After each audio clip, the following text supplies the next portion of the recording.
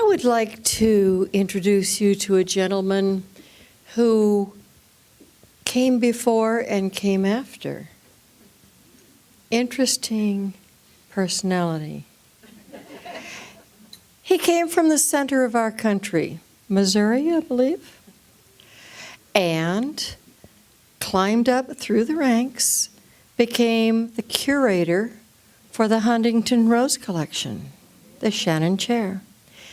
He worked with the West Coast Heritage Rose people to establish the Great Rosarians of the World program and ran it successfully for several years. He was outstanding, no joke, in his field, and then gracefully retired. I don't blame him. Presently living in Arizona, watching roadrunners, various saguaro cactus to make sure they don't move, enjoying life and the fruits of his labors. Mr. Clair Martin.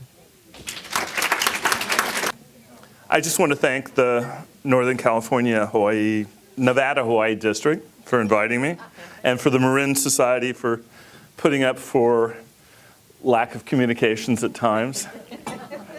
I can be a difficult person to get on the internet. Anyway, I wanted to talk about 30 years in roses, and I've been very fortunate. I started at the Huntington just about 30 years ago as a volunteer, and I had the opportunity there to meet a lot of great rose people and work with people from England, Ireland, Australia, New Zealand, Bermuda, Canada, even France and Germany.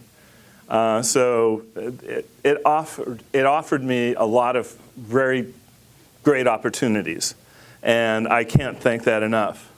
What I'd like to say tonight is sort of challenge you a little bit to think about roses in a slightly different way. We've seen lovely pictures. We've heard great speakers. But tonight I'd like to talk a little bit about public rose gardens, public gardening, and why they're important to us as rosarians, rose people. So why do we need public rose gardens? I managed and was out in that rose garden at the Huntington for close to 30 years, out in the garden almost every day, watching people, hearing people ask questions, watching people walk up. One of my favorite conversations was with a couple who I was deadheading roses in the garden and throwing them in a bucket and throwing that bucket in the back of an electric cart to be hauled away to the compost. And they thought, gee, couldn't you just give us a couple of roses? And I tried to explain to them that no, we don't allow people to pick roses, and consequently, who would know that I gave those roses to you, and that kind of thing. And that just wasn't going to be the answer. So finally, I just explained to them, if I turn my back and you take some roses, I won't stop you. But the guy up in the pine tree, the 80-foot pine tree over there with the AK-47 might. And they sort of politely laughed and walked away going,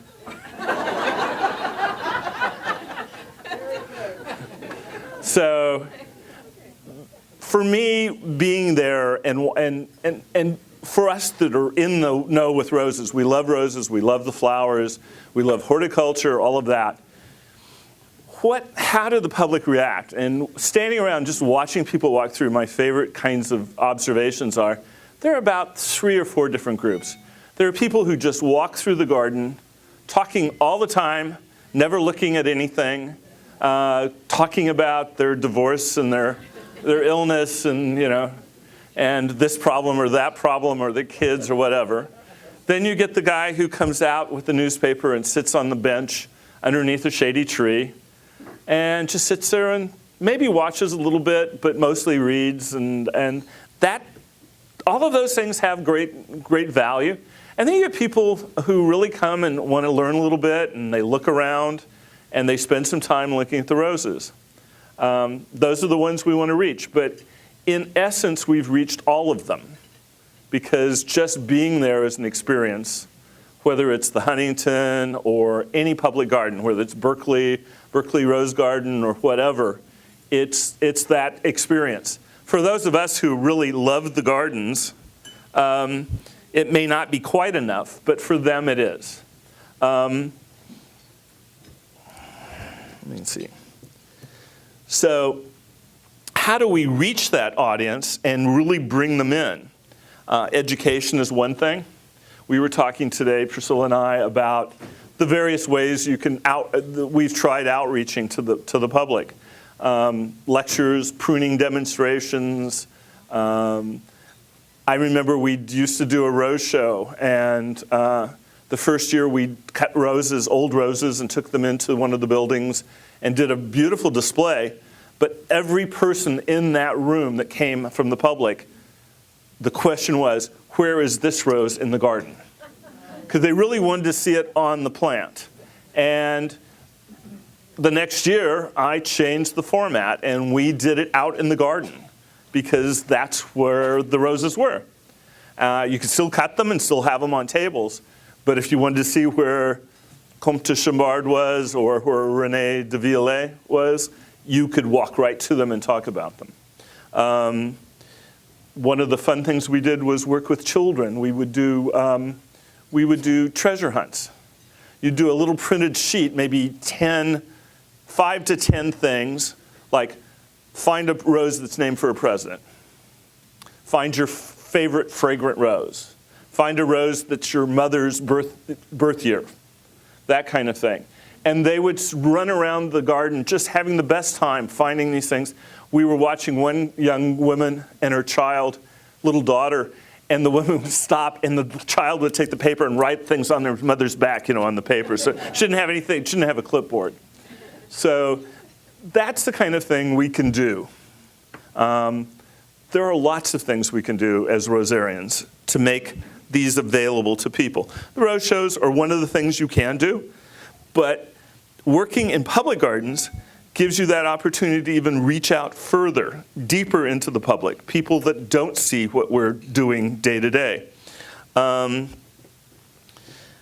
Recreational uses of the gardens are just simply, one of my favorite things is watching people just walk.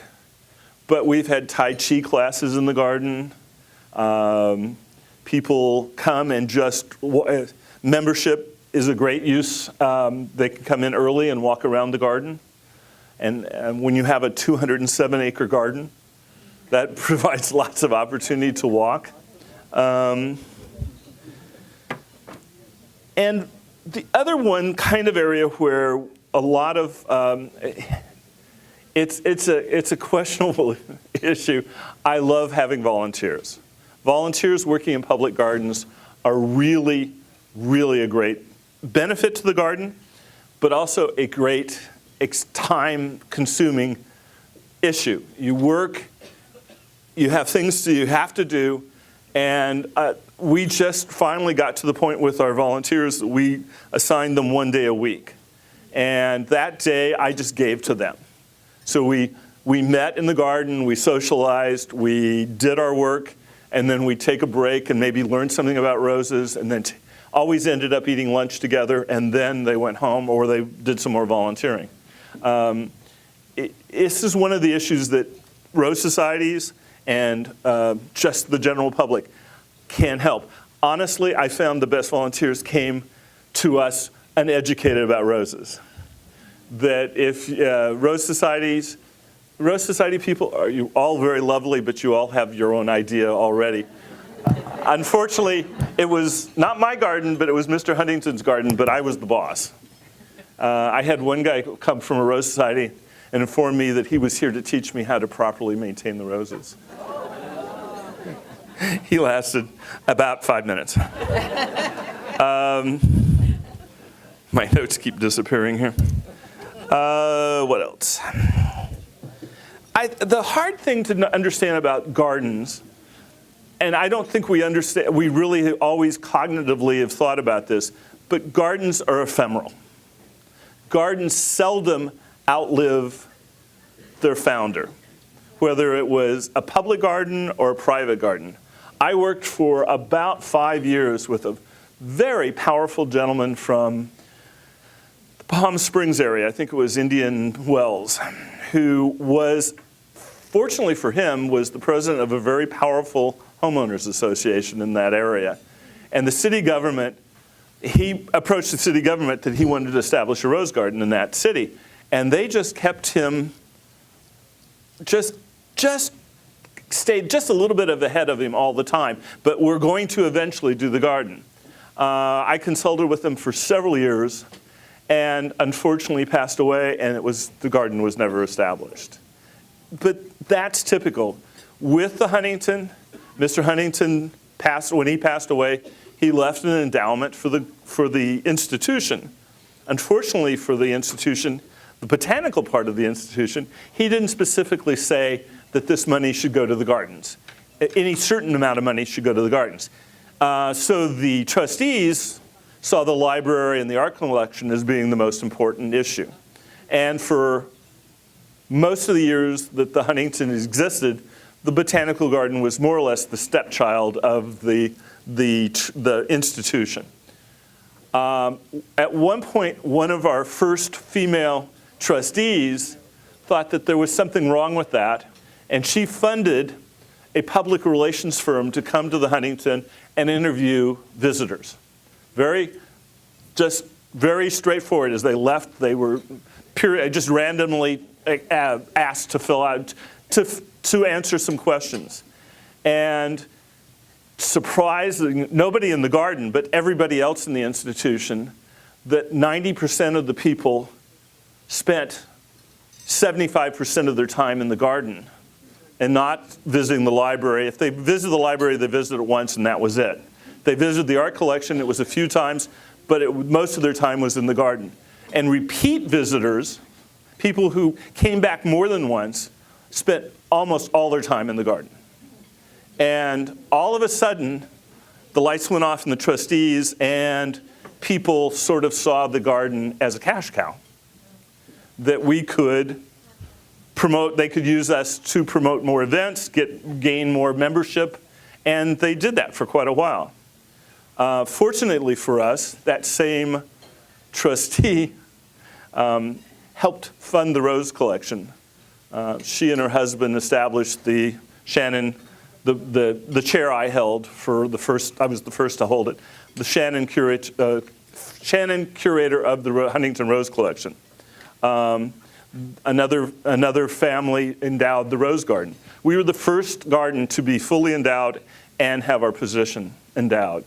So roses, from a botanical point of view, are very low on most administrators' list of priorities. They see strictly botanical collections like orchids or cactus or Australian plants as being much more interesting to them botanically than a bunch of cultivars, roses. And so consequently, it was quite an eye-opener for them to see this kind of thing happening.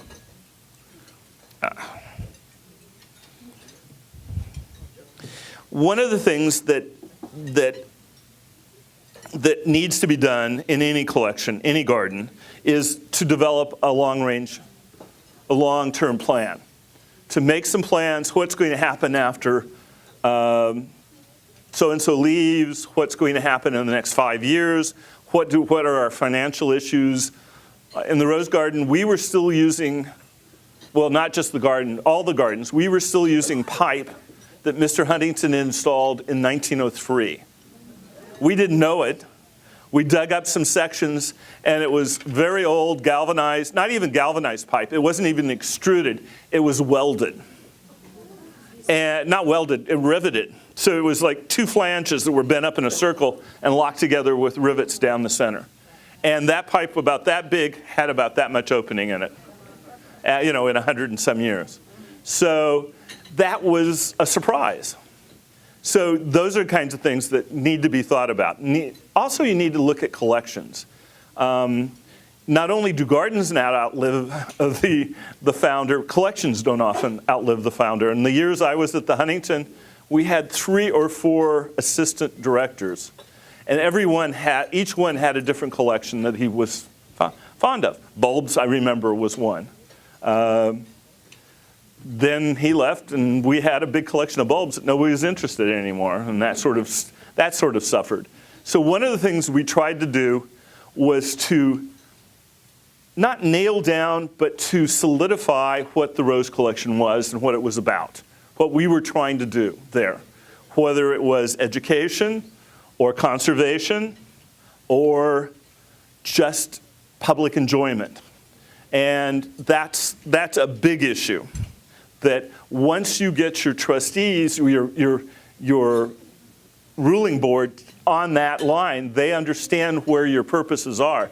When I decided that I wanted to bring in more English roses back in the early 80s, mid-80s, late 80s, I guess it was, I had gone to Australia in 1988 and saw 3 or 4 of the brand new David Austins over there, including Mary Rose and Graham Thomas and what's the other one? Abraham Darby. Came back to the United States and discovered I could get them in Canada, but no place else. We started bringing them in and develop a collection. And when I wanted to start planning that out, we actually approached the trustees to make sure that was within what they thought would be okay. And we got that done that way. So in the long run, getting your both your ruling board and your volunteers and the management all together is one of the key things to establish these collections. I hate the word, but shareholders is the word that everybody uses now. You know, what's a shareholder except somebody who likes or has something to do with what you do? The other thing is adapting to changing styles and tastes. You can have a wonderful collection of roses,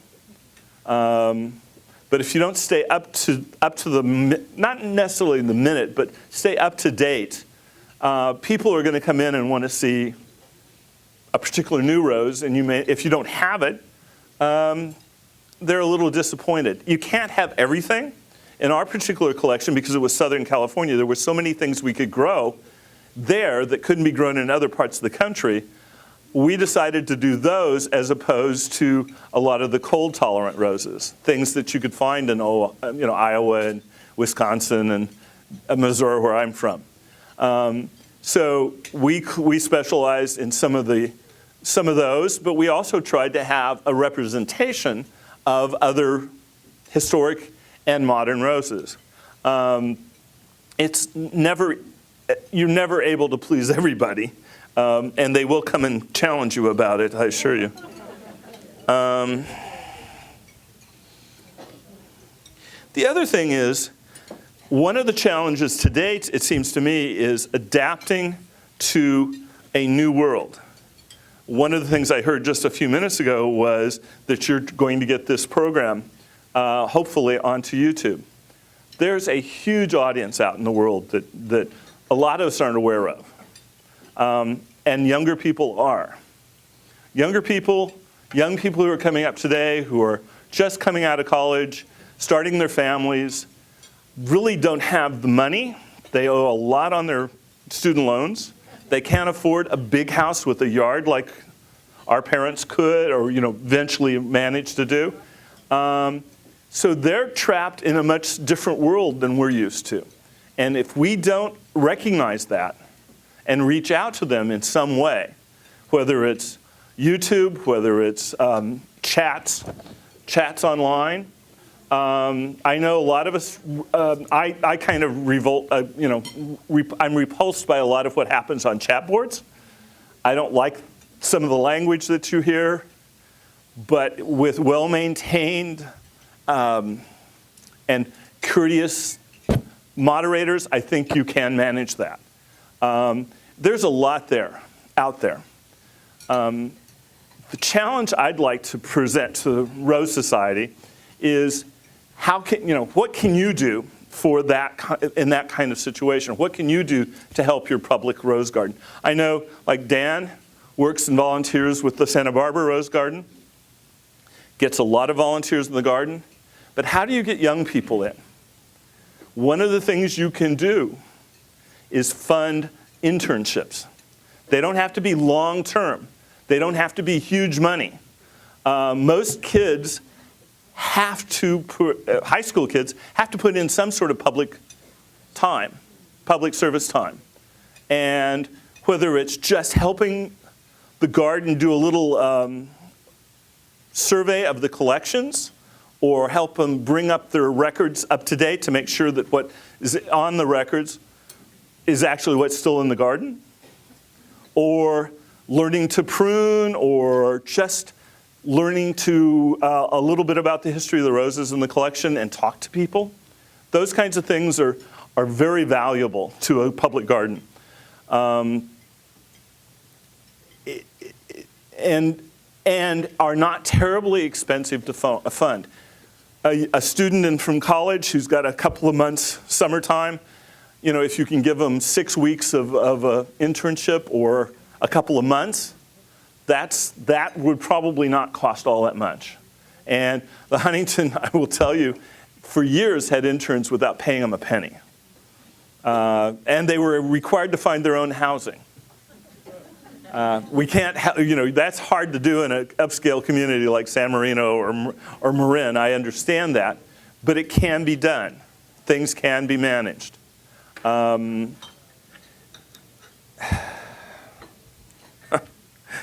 iPad wants to turn off after every couple of moments.